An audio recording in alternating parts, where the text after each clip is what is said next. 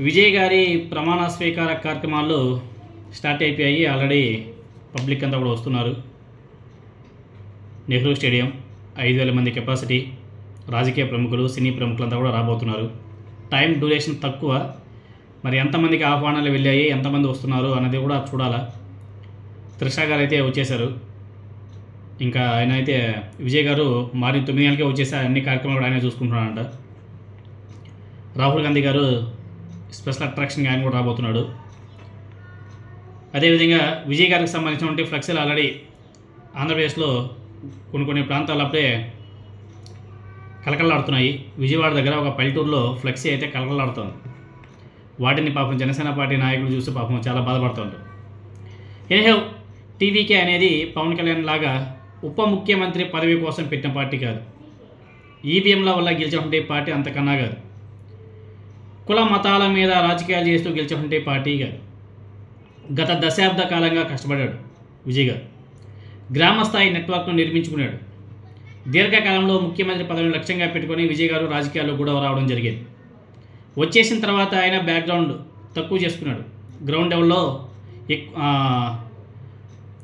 అందరూ అనుకుంటారు విజయ్ గారు 2 ఇయర్స్లోనే ఇలా గెలిచిపోయాడని చెప్పేసి చాలామంది సర్ప్రైజింగ్గా ఉండొచ్చు. కానీ విజయ్ గారు కష్టార్జితం ఈ 2 సంవత్సరాలు కాదు.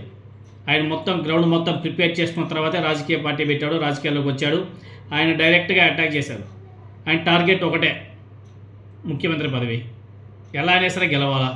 అందుకని చెప్పేసి గత 10 సంవత్సరాలు ఆయన బాగా గట్టిగా గ్రౌండ్ లెవెల్ మొత్తాన్ని కూడా బాగా డెవలప్ చేసుకుని తర్వాత పార్టీ పెట్టి అధికారాన్ని కూడా చేజిక్కించుకోవడం జరిగింది. జయలలిత గారి మరణం తర్వాత తమిళనాడులో ఏఐఏడిఎంకే బలహీనపడింది. ఇంకొక వైపు డిఎంకే చాలా బలంగా ఉన్న యువతలో కొత్త నాయకత్వం గురించి పెద్ద చర్చ అయితే జరిగింది. విజయ్ గారు రాజకీయాల్లోకి రావడానికి ఇది ఒక ముఖ్య కారణమని కూడా చెప్పుకోవాలి. ఇంకా విజయ్ గారు ఈ రాజకీయ పరిస్థితిని గమనించి ఒక్కసారిగా రాజకీయాల్లోకి రాలేదు. ఆయన 2024లో అధికారికంగా రాజకీయ పార్టీ టీవీకే ప్రారంభించిన ఈ పార్టీ ఒక్కసారిగా ఏర్పడలేదు. దానికి పునాది విజయ్ మక్కలి ఇయక్కం ద్వారా గత దశాబ్దంలో ఏర్పడిన పార్టీ. పక్కా ప్రణాళిక ప్రకారం గ్రామ స్థాయి నెట్వర్క్ను నిర్మించుకున్నాడు. తర్వాత ఇదే రాజకీయంగా టీవీకేకు బేస్ అయింది. ఇది విజయ్ గారి అధికారిక అభిమాన సంఘం, సామాజిక సంస్థ. మొదట ఫ్యాన్స్ అసోసియేషన్గా ప్రారంభమై తర్వాత సేవా కార్యక్రమాల మీద ఎక్కువ దృష్టి పెట్టడం, రక్తదాన శిబిరాలు, విద్యార్థులకు సహాయం, పేదలకు ఆహారం పంపిణీ, వరద సహాయం వంటి కార్యక్రమాలు చేస్తూ వచ్చింది. అదేవిధంగా తమిళనాడులో గ్రామస్థాయి వరకు నెట్వర్క్ ఉంది టీవీకే. తర్వాత ఇదే రాజకీయంగా టీవీకేకి బాగా బేస్ అయింది. తర్వాత మీకు అందరికీ తెలిసిందే, ఆల్ ఇండియా తలపతి విజయ్ మక్కల్. ఇది విస్తరించిన ఫ్యాన్ మరియు సోషల్ నెట్వర్క్ రూపం. ఇది స్థానిక ఎన్నికల్లో కొంతమంది సభ్యులు విజయ్ గారి ఫోటోలు పెట్టుకొని పోటీ చేసి విజయాలు కూడా సాధించారు.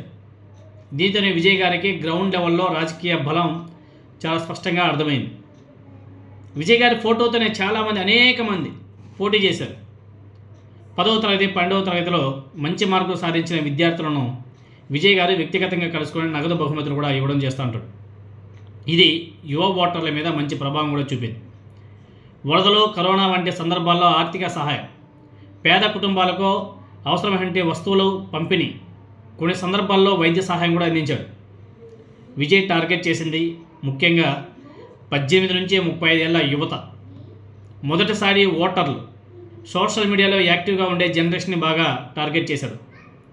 ఉద్యోగాలు, అవినీతి, సిస్టమ్ మార్పు వంటి అంశాల మీద స్పందించే వర్గాన్ని ఆకర్షించే ప్రయత్నం చేశాడు విజయ్ గారు. అందుకే ఆయన ప్రసంగాలు కూడా మీరు బాగా గమనించినట్టయితే ఎక్కువగా విద్య, సమానత్వం, అవినీతి వ్యతిరేకత, యువత భవిష్యత్తు వంటి అంశాల మీద చుట్టూనే తిరుగుతూ ఉంటాయి. మీరు బాగా ఆయన స్పీచ్లు కానీ విని ఉంటే కేవలం సినిమా స్టార్ ఇమేజ్ మీద ఆధారపడకుండా యువతలో రాజకీయ అవగాహన, తర్వాత మార్పు ఆకాంక్షను తనకు అనుకూలంగా మార్చుకొని తిరుగులేని విజయాన్ని సాధించాడు. అఫ్కోర్స్ రాజకీయంగా ప్రభుత్వానికి అనిశ్చితి ఏర్పడవచ్చేమో, కానీ ఆయన దృఢ సంకల్పం ఏదైతే ఉందో అనుకున్నది గ్రౌండ్ నుంచే ప్రిపేర్ చేసుకుంటూ వచ్చు టార్గెట్ని రీచ్ అవ్వడం అనేది చాలా గొప్ప విషయం. కానీ మనకే ఉన్నారు కొంతమంది, ఎవరి కోసమో ఎవరో చెప్తే పార్టీ పెడతారు, వాళ్ళ కనుసనల్లో మిలుగుతారు, వాళ్ళు పోటీ చేయమంటే చేస్తారు, లేదు పోటీ చేద్దాం మాతో కలిసి ఉండు మాకు సపోర్ట్ చేయంటే వాళ్ళతో సపోర్ట్ చేస్తారు. కాదు నెక్స్ట్ ఎలక్షన్లో నువ్వు ఇండివిజువల్గా పోటీ చేయి, ఏదైతే ప్రభుత్వ వ్యతిరేక ఓటు ఉందో అది నీకు పడుతుంది, తర్వాత మళ్ళీ మనం గెలవడానికి ఆస్కారం ఉందని చెప్పేసి మళ్ళీ నాటకాలు ఆడతారు. తర్వాత మళ్ళీ వచ్చే ఎన్నికల్లో లేదు ఇండివిజువల్గా మనం పోటీ చేస్తే ఓడిపోతాం, ఈసారి మనం అందరం కూడా కలిసి ప్రయాణం చేద్దామని చెప్పేసి మళ్ళీ కూటమిగా ఏర్పడి వచ్చి ఒక వ్యక్తిని ఢీకొనడానికి ఎన్ని రాజకీయాలు చేశారో మీరు అందరూ కూడా చూసాం. అలాంటి రాజకీయాలు చేయలేదు విజయ్ గారు, అలాంటి రాజకీయాలు చేయలేదు. నిజంగా చెప్పాలంటే గ్రేట్.